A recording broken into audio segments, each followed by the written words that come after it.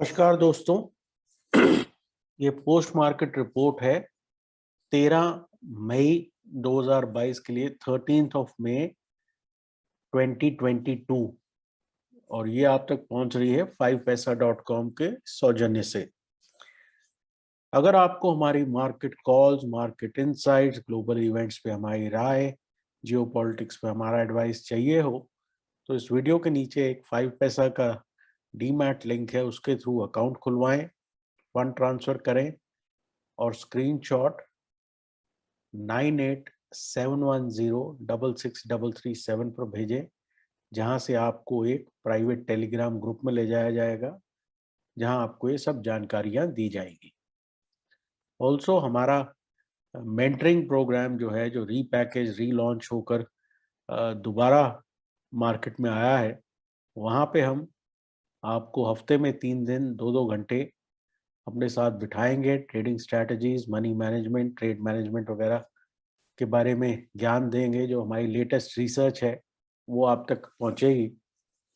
तो अगर उसमें आप इंटरेस्टेड हैं, ये मंथली प्रोग्राम है, तो 9871066337 पर कांटेक्ट करें। अब S&P 500 से शुरू करते हैं। तो S&P 500 जो है पिछले 2 दिनों से कुछ हद तक पॉजिटिविटी दिखा रहा है और ऐसा लगता है कि किसी तरह की रिलीफ रैली यहाँ पे शेप अप कर रही है। अब ये रिलीफ रैली क्यों हो सकती है? इसलिए हो सकती है कि जब भी मार्केट एक बहुत ज्यादा डिप्रेशन के माहौल में चली जाती है तो वहां से उसमें एक अपसाइड आनी बहुत लाजमी होती है, क्योंकि अदरवाइज लोअर लेवल्स पर बाइंग समाप्त हो जाती है। तो जितनी बारी भी रैलीज आएगी तो उतनी बारी जो है कुछ बाइंग क्रिएट होती है, जहां पे इंस्टीट्यूशन वापस अपना जो है स्टॉक डिस्ट्रीब्यूट कर सकते हैं। नैस्डैक की बात करें तो वहां भी बहुत एक जबरदस्त रैली आई और यहाँ भी आप देख रहे हैं कि कुछ एक अपसाइड लोअर लेवल से बनी है। अब जो चिंता का विषय है वो है कि ब्रेंट क्रूड भी जो है वो काफी तेज रैली उसने फ्राइडे को करी है और 111.55 तक पहुंच गए हैं। तो ये अच्छी खबर नहीं है। 10 ईयर की बात करें तो 10 ईयर भी लोअर लेवल से फिर रैलीज आई हैं जैसे कि एक्सपेक्टेशन थी। तो 2.928 पे 10 ईयर है। अब अगर हम इस वक्त संडे को 216 पे बात करें तो बिटकॉइन जो है उसमें काफी एक कमजोरी छलक रही है। ओवरऑल सेंटिमेंट बहुत बढ़िया बिटकॉइन पे भी नहीं है। अब निफ्टी और बैंक निफ्टी की बात करते हैं और उसमें कुछ एक इम्पॉर्टेंट लर्निंग पॉइंट्स जो है वो फ्राइडे के लिए, फ्राइडे को हमने मार्केट से कैसे डील किया उसके लिए ज़रूरी है। तो ज़रा ध्यान दीजिए। फ्राइडे को क्या हुआ कि मार्केट गैप अप करी और मिडल ऑफ द डे तक कुछ हद तक रैली हुई। अब मैं अक्सर बात करता हूं कि प्राइस में एक एंगल बनता है। अब यहां आप देख रहे हैं ये एंगल 45 डिग्रीज के आसपास है।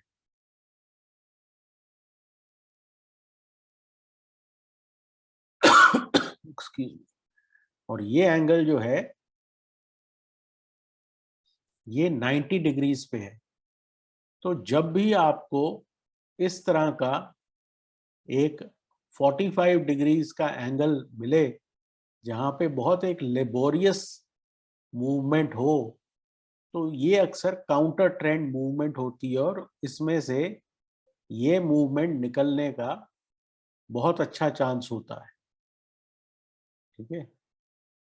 तो एक तो बात ये हो गई। दूसरी बात, अगर हम इसमें आवरली लगाएं, जो कि हमारा एक प्रेफर्ड टाइम फ्रेम है, तो आप इसमें देखेंगे कि आवरली में जो ये हमने नॉर्मल अपना सुपर ट्रेंड लगाया हुआ है, वो ऑलमोस्ट सुपर ट्रेंड तक पहुंच गया। और वहां पे अगर आपने जो है स्टैंडर्ड जो कॉल राइटिंग पे ध्यान दिया हो, तो बहुत जबरदस्त कॉल राइटिंग 16,000 16,100 पर थी। तो लोकेशन भी आपके पास है और रेजिस्टेंस भी आपको नजर आ रहा है, तो इससे जो है बहुत बढ़िया ट्रेड मिलता है आपको, जो कि इस तरह से वर्टिकली नीचे आता है। एग्जैक्टली सेम चीज बैंक निफ्टी पर हुई, जहां बैंक निफ्टी एसबीआई रिजल्ट्स के बाद जो है ऊपर तक रैली किए ऑलमोस्ट 34,000 तक। और अगेन अगर आप 34,000 पे देखें, तो यहाँ भी जबरदस्त कॉल राइटिंग थी। और चेंज इन ओआई जिस वक्त ये हो रहा था, तब भी यहाँ पे 34,000 पे बहुत जबरदस्त कॉल राइटिंग थी। तो इस तरह से अगर आप चीजों को कंबाइन करें, तो आपको बहुत बढ़िया ट्रेड्स मिलते हैं, जो कि बिल्कुल वन साइडेड कोलैप्स की तरह होते हैं। और भी मेथड्स होंगे इन चीजों को पकड़ने के, बट ये मेरा मेथड था जो कि बड़ा इफेक्टिव रहा है। अब ओवरऑल सेंस क्या है? सेंस ये है कि मार्केट में काफी एक डैमेज हो चुका है और रिटेल सेंटिमेंट इतना खराब है कि अब जो उनकी बाय ऑन डिप टाइप की सेंसिबिलिटी होती है हमेशा, वो थोड़ी सी चेंज हो रही है। और थोड़ा रिटेल का इंटरेस्ट भी वेन हो रहा है, और थोड़ा वो एक कोट अनकोट डिप्रेशन के माहौल में आ रहा है। अब ऐसे माहौल में अगर मैं एफआईआई हूं, तो मैं अपना माल नहीं बेच पाऊंगा। तो मुझे क्या लगता है, जबकि इसकी अभी तक कोई एविडेंस नहीं है, मुझे ये लगता है कि यहाँ से हो सकता है, 200 पॉइंट नीचे से हो सकता है, एक आपको बहुत स्ट्रॉन्ग रैली मिलनी चाहिए, जो कि अप्रोक्सीमेटली 50% ऑफ द डिक्लाइन हो सकती है। 18,000 से आप आ गए कुछ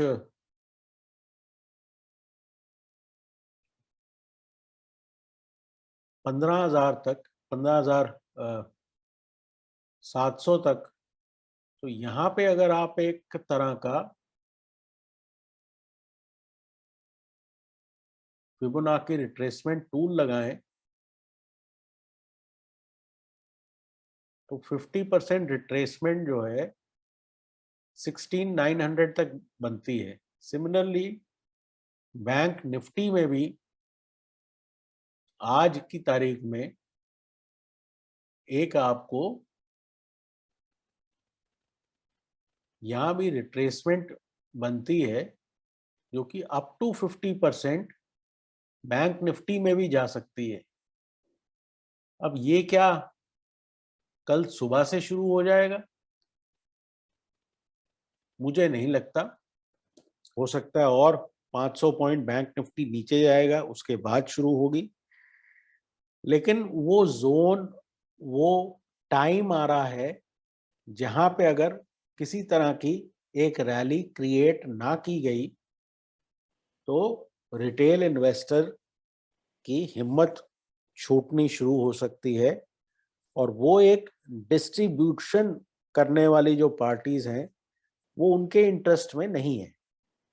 ठीक है, क्योंकि अगर सिर्फ डीआईआई मार्केट में रह जाता है और रिटेल जो है अपने एसआईपी वगैरह बंद करने शुरू कर देता है, तो जो बड़ा खिलाड़ी है, सबसे बड़ा खिलाड़ी एफआईआई, उसके लिए माल बेचना मुश्किल हो जाएगा। तो मंडे को क्या करें? मंडे को फिर से गैप अप होगा। तो मंडे के दिन के लिए फिलहाल जो कॉल राइटिंग है वो 16,100 के आसपास है, जैसा कि आप